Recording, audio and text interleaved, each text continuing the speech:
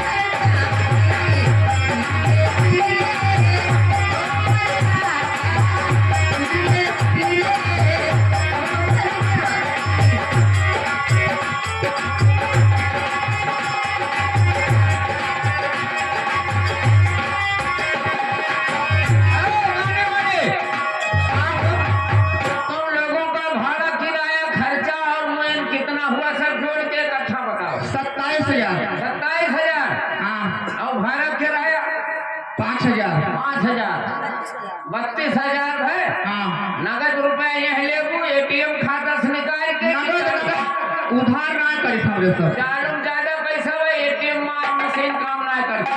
तो चला तो अंदर जाओ। हाँ ठीक है, आइए हमारे साथ आओ। हे दूनो अखियाँ हो दूनो अखियाँ हमार मैं